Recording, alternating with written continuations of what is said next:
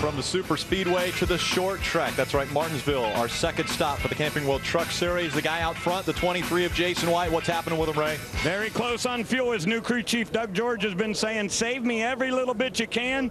We go green, white, checkered here. Hopefully this will be it. But if we get another one, some of these guys could run out of gas. You know what happened on the last restart? Mr. Restart, Ron Hornaday, was able to push Johnny Sauter to the lead. Now, Jason White is going to have a very fast truck, is going to have Ron behind him. Johnny Sauter has John King. John doesn't really do this a lot.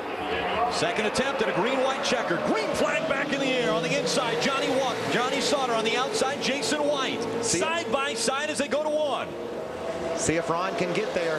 Don's needing to push right now for himself from Brendan Gaughan. Which line will go? The inside line. They've been hugging the yellow line all race long. Johnny Sauter now has the preferred position. Right behind him, John King has never run a Truck Series race at Daytona. He's running second now with under 2 laps of racing to go. Remember, James Butcher said the leader is going to be a sitting duck. Will they get back to the start-finish line? And will John King have enough experience to know how to get by Johnny Sauter if he has that opportunity? Green line coming through turn number 4. Hornaday just didn't get a start that time, Phil. He's fallen all the way back outside the top 10. Oh, around goes Johnny Sauter. John King got in the back of him, and Sauter goes into the wall. He'll collect his teammate, Matt Crafton, as they come to the start-finish line. We will have another restart. They did not receive the white flag before Sauter got around and into the wall. Depends on when the white flag got thrown. Displayed, we see hard damage on the 81 of David Starr. John King. Brendan Gaughan's South Point Chevrolet with a tremendous amount of damage. John King, Todd Bodine, Timothy Peters, Joey Coulter, Justin Lofton. They're your top 5. Look at your race leader.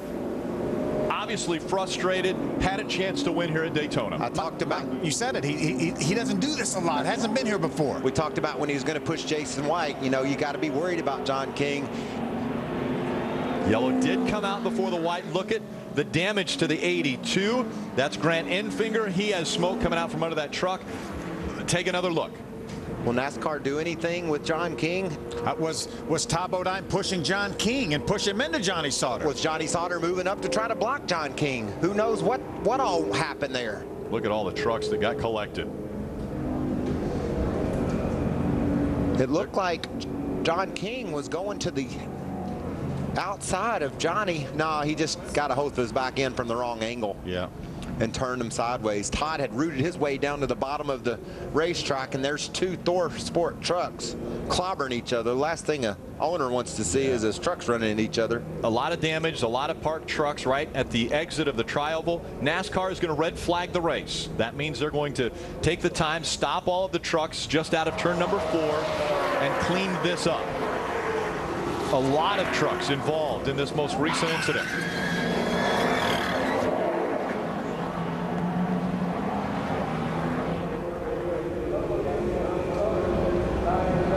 And how about Todd Bodine emerges with the lead? And look who slipped through another one. Ty Dillon.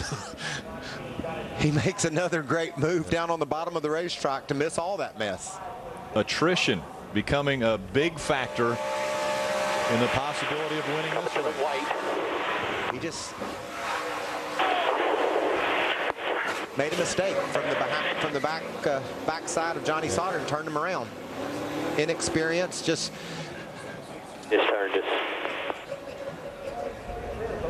take a look at our flag person up here. The white flag and then the yellow came out. They did not come to the start-finish line to receive the white flag. The yellow came out before. That's some pretty fancy flagging there. Very quick. It was. Had the white one going, but had to get the yellow one out instead.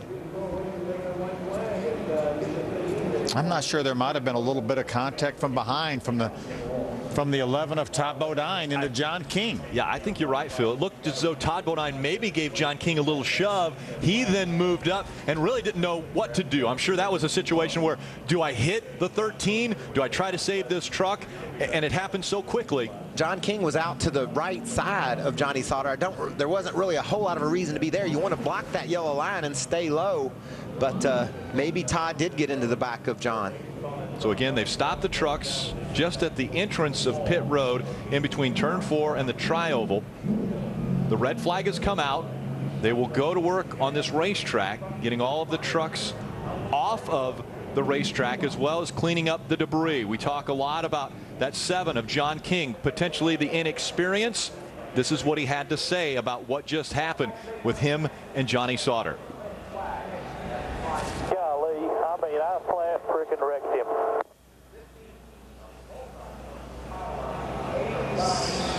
That's a lot of weight to have on your shoulders when you make a mistake.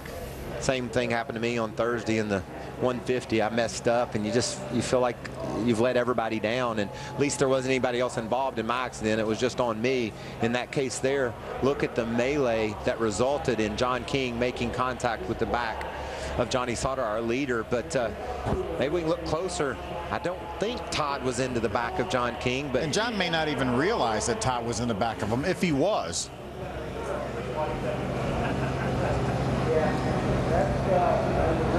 I don't know. They're so close there. It's really hard to tell. You see both John King in the 7 and Todd Bodine in the 11. Both got a little bit sideways. You see Todd Dillon missing another wreck when a truck from the outside made some evasive moves and got into the side of that 3 truck. See Nelson Piquet Jr., the 30 truck around. Hey, there's my truck I won with last year. It's tore all to pieces. You know, guys, and what we have here now with our last attempt at a green-white checker, Red Horse Racing, 1, 2, 3. We started out with Turner Motorsports 1, 2, 3, and we said we didn't think that would last all night long. We didn't even know Red Horse Racing was in the race early in the going, and now it's going to come down to those guys. And we've seen before where Timothy Peters and Todd Bodine have been together going down the backstretch inside of a lap to go. Timothy Peters got Bodine a little loose, went on to win the race, right along with the 3 of Ty Dillon. Watch this move he makes. They're crashing again. I'm going to go low. I'm all right. Get to the bottom, get to the bottom. Come on, stay in it, stay in it, stay in it. Clear high, clear high, clear. You heard the contact into the left side of his truck. Grant Enfinger moved from the high side to the inside and clobbered.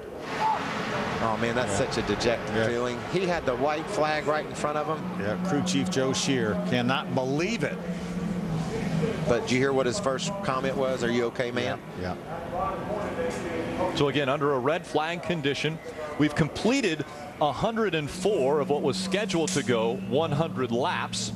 We will have one more attempt at a green-white checker. What happens is we have 3 attempts at a green-white checker. We've already had 2. The final one is coming up.